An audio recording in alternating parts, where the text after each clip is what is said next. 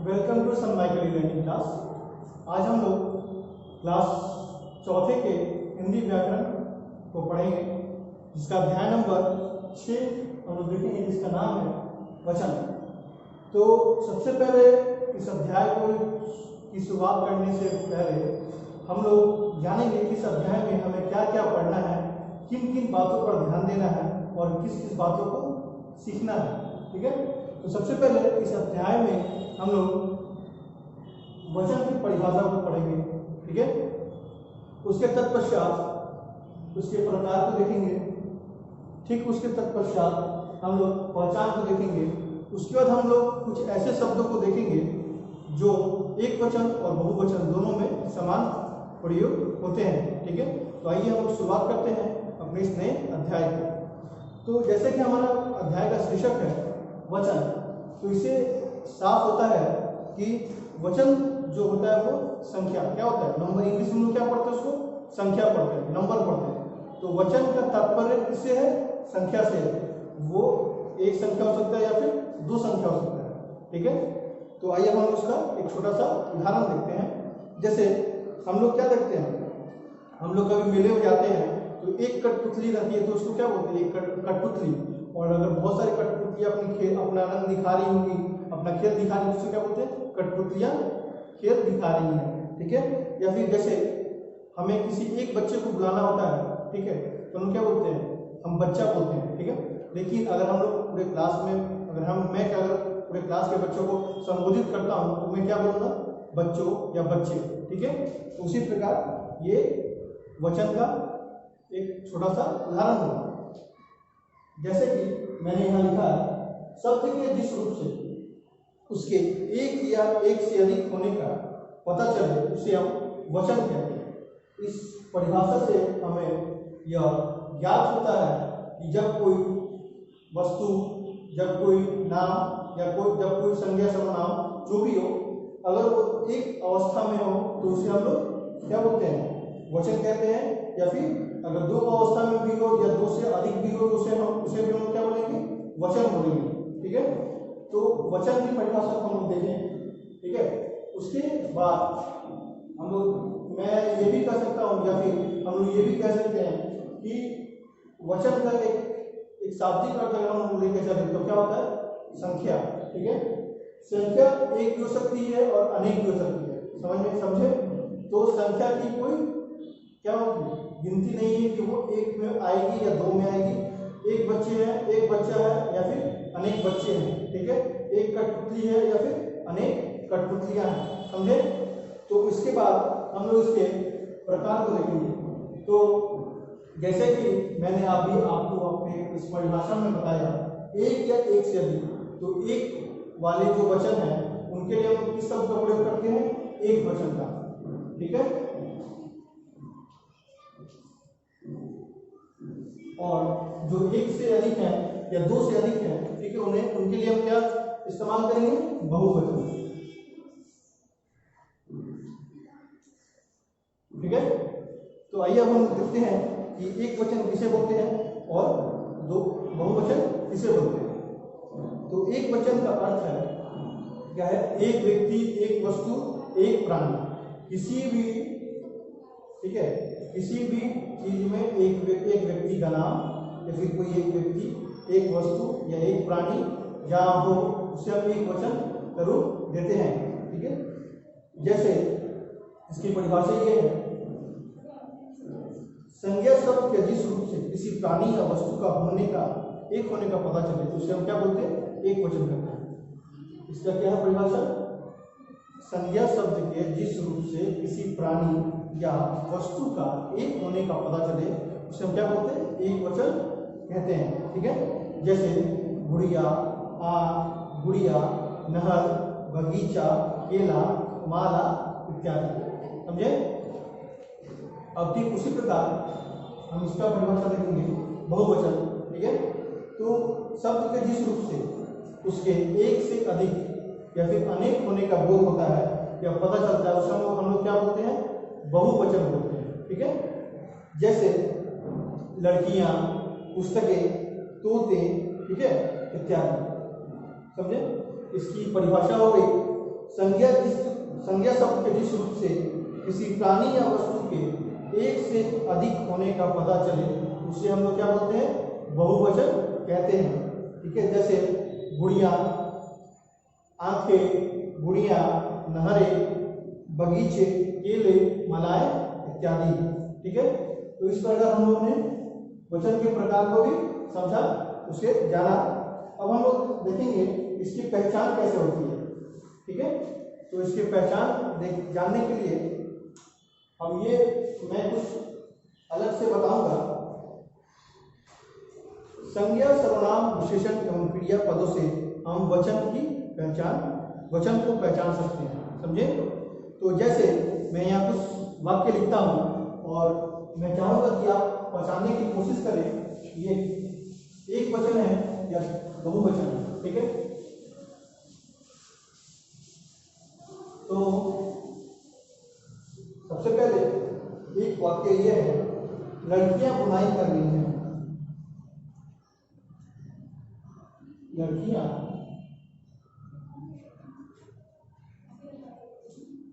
बुनाई कर रही हैं। ठीक है, और लड़की स्वेटर बुन रही है। ठीक है, बुन रही है। देखिए, ये दो वाक्य मैं आप लोगों के समक्ष प्रस्तुत किया हूं। ठीक है, और इन दो वाक्यों से मुझे लगता है कि आपको कुछ थोड़ा बहुत स्पष्ट हुआ होगा कि इनमें से कौन सा बहुवचन है और कौन सा एक वचन है। आइए मैं आपको बताता हूं। ये जो है पहला जो वाक्य है हमारा, लड़कियां बुनाई कर रही हैं, तो यहाँ क्या है, एक लड़की का बात नहीं हो रहा है, यहाँ बहुत सारी लड़कियों का बात हो रहा है। ठीक है, तो ये क्या हो गया हमारा बहुवचन। ठीक है, ये कैसे पहचाने ये भी मैं आपको बताता हूँ। ठीक है, और ये क्या हो, एक लड़की का बात होगा, लड़की स्वेटर बुन रही है, एक लड़की स्वेटर बुन रही है। अगर दो लड़की हो तो क्या, लड़कियां स्वेटर बुन रही है। ठीक है, ये क्या हो गया, एक वचन। तो इस दोनों वाक्य को हम लोग किसकी सहायता से वचन का पता लगाएं, तो ये दोनों वाक्यों में हम लोग संज्ञा के सहायता से पता लगाएं। ठीक है, संज्ञा हो गई, ये दोनों संज्ञा है।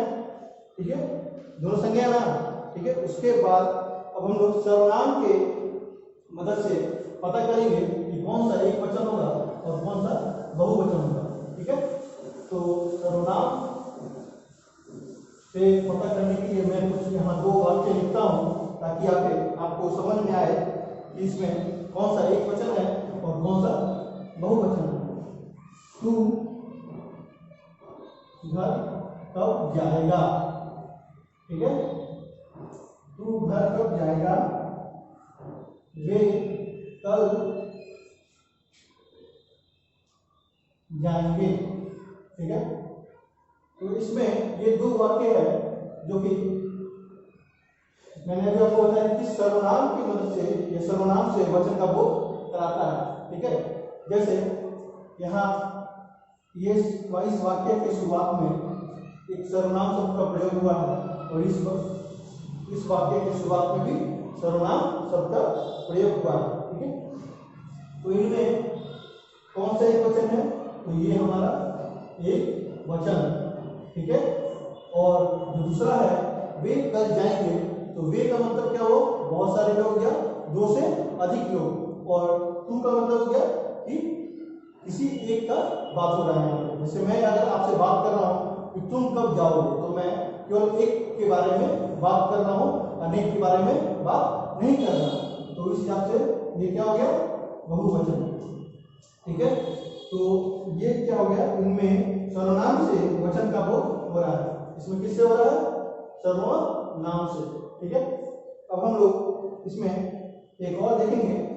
ठीक, एक और वाक्य देखेंगे जो कि विशेषण शब्द से वचन की पहचान हो रही है। ठीक है, तो इसमें हम लोग देखेंगे, दादी मीठा खरबूजा लाई। ठीक है, खरबूजा लाई। ठीक, और दूसरा है, ये आम बहुत मीठे हैं। ठीक है, तो इनमें कौन सा हमारा विशेषण कौन सा है? तो हमारा विशेषण यहाँ मीठा है और इस वाक्य में हमारा विशेषण मीठे हैं। ठीक है, तो इसी से साफ हो जाता है कि ये हमारा क्या हो गया, एक वचन, क्योंकि यहाँ एक दादी खरबूजा लाई मीठा। ठीक है, एक दादी एक खरबूजा लाई है मीठा। ठीक है, और ये हमारा बहुवचन, ये आम बहुत मीठे हैं। ठीक है, ये हमारा बहुवचन। ठीक है, और चौथा जो है, चौथा जो वाक्य है, ये क्रियापद के द्वारा वचन को बताता है। ठीक है, क्रिया के पद के द्वारा क्या होता है, वचन को बताता है। जैसे हिरण भाग रहा है। ठीक है, और हिरण भाग रहे हैं, इनमें भी हमें क्या हो रहा है, ये भाग रहा है। ठीक है, और ये भाग रहे हैं। भाग रहा है का मतलब क्या हो गया, एक वचन, और भाग रहे हैं का मतलब क्या हो गया, बहुवचन। ठीक है, तो इस प्रकार हम लोग क्या देखें, वचन के पहचान का तरीका देखें, या वचन की पहचान कैसे होती है ये हम जाने और समझें। ठीक है, इसके बाद हम लोग इसके प्रयोग को देखेंगे कि कहाँ कौन सा शब्द प्रयोग होता है। ठीक है, या कहाँ एक वचन प्रयोग होता है और कहाँ बहुवचन प्रयोग होता है। ठीक है, तो आइए हम लोग देखते हैं कि एक वचन और बहुवचन कहाँ कहाँ प्रयोग होता है, कैसे प्रयोग होता है, और वो कौन से शब्द हैं जो एक वचन में भी प्रयोग होते हैं और बहुवचन में भी प्रयोग होते हैं। ठीक है, तो प्रयोग में हम लोग देखेंगे,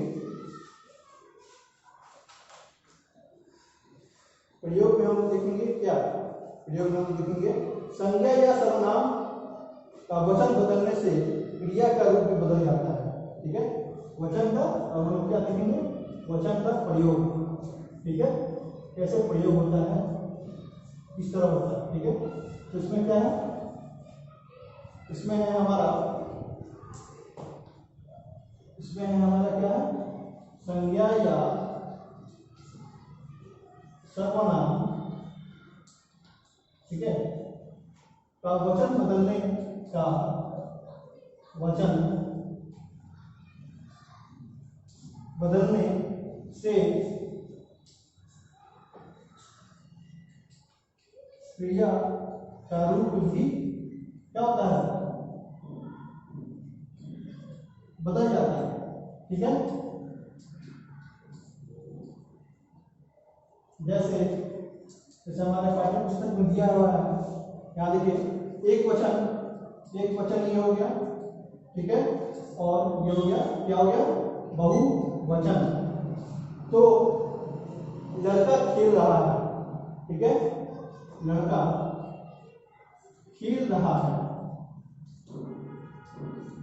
और क्या हो गया यहाँ बहुवचन, लड़के खेल रहे हैं। ठीक है, तो जो भी अभी मैंने अभी लिखाया यहाँ प्रयोग नंबर 1, एक संज्ञा या सर्वनाम का वचन बदलने से क्रिया का रूप भी बदल जाता है। ठीक है, जैसे यहाँ हम लोग लिखे, क्या लिखे, एक वचन में लड़का खेल रहा है।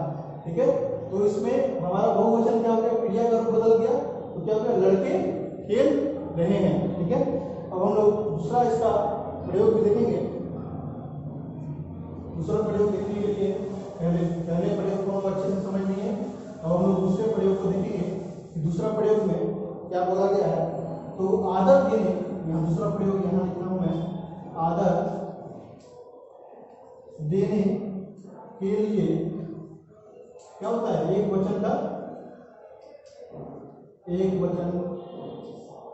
वचन के स्थान पर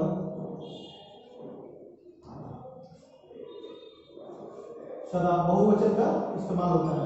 ठीक है, बहुवचन का प्रयोग होता है। आदर देते समय हमें कभी भी एक वचन का इस्तेमाल नहीं करना चाहिए। ठीक है, जैसे गुरुजी पढ़ा रहे हैं, पिताजी आए, ये हमारा क्या हुआ, आदर देने का एक तरीका हुआ। आदर देने का एक ये हुआ। जैसे यहाँ उदाहरण के लिए गुरुजी पढ़ा रहे हैं। ठीक है, दूसरा पिताजी आए है नहीं होगा, है होगा। ठीक है, यहाँ बिंदु देना बहुत ही जरूरी है। यहाँ गुरुजी और पिताजी एक एक हैं, फिर भी है शब्द का प्रयोग हुआ है, जिनका हम आदर करते हैं। उनके लिए एक होने पर भी बहुवचन का प्रयोग होता है। ठीक है, जैसे जब भी हम कभी किसी को आदर देते हैं तो उसमें क्या करते हैं, है शब्द का प्रयोग करते हैं, है शब्द का प्रयोग नहीं करते हैं। जिसका तात्पर्य है कि है के ऊपर एक छोटा सा बिंदु होना चाहिए और उच्चारण में हमें सही उच्चारण करना चाहिए। ठीक है, तो इस प्रकार हम लोग क्या देखें, अपने वचन को देखें। और इसके बाद मैं आपको कुछ गृह कार्य सौंपता हूँ, जिससे मुझे पता चले कि आपने क्या सीखा। ठीक है, और आपसे क्या नहीं, क्या दिक्कत हो पा रही है, क्या दिक्कत नहीं है। ठीक है, तो इसमें इस वीडियो में अभी फिलहाल के लिए इतना ही। आगे की वीडियो में हम देखेंगे इसके, मैं कुछ आपको गृह कार्य पहले सौंपता हूँ। यह है पेज नंबर 38, 39। ठीक है, पेज नंबर 38, 39। ठीक है, और उसके बाद 40। ये आपका क्या हो गया, गृह कार्य। ठीक है, मैं आशा करता हूं कि आप मेरे द्वारा जितने भी दिए गए गृह कार्य हैं उनको अपने उत्तर पुस्तिका में, ठीक है, अच्छे से लिखेंगे और साफ साफ कृपया लिखें, ताकि आपको भी परीक्षा में पढ़ने में कोई दिक्कत ना आए। ठीक है, तब तक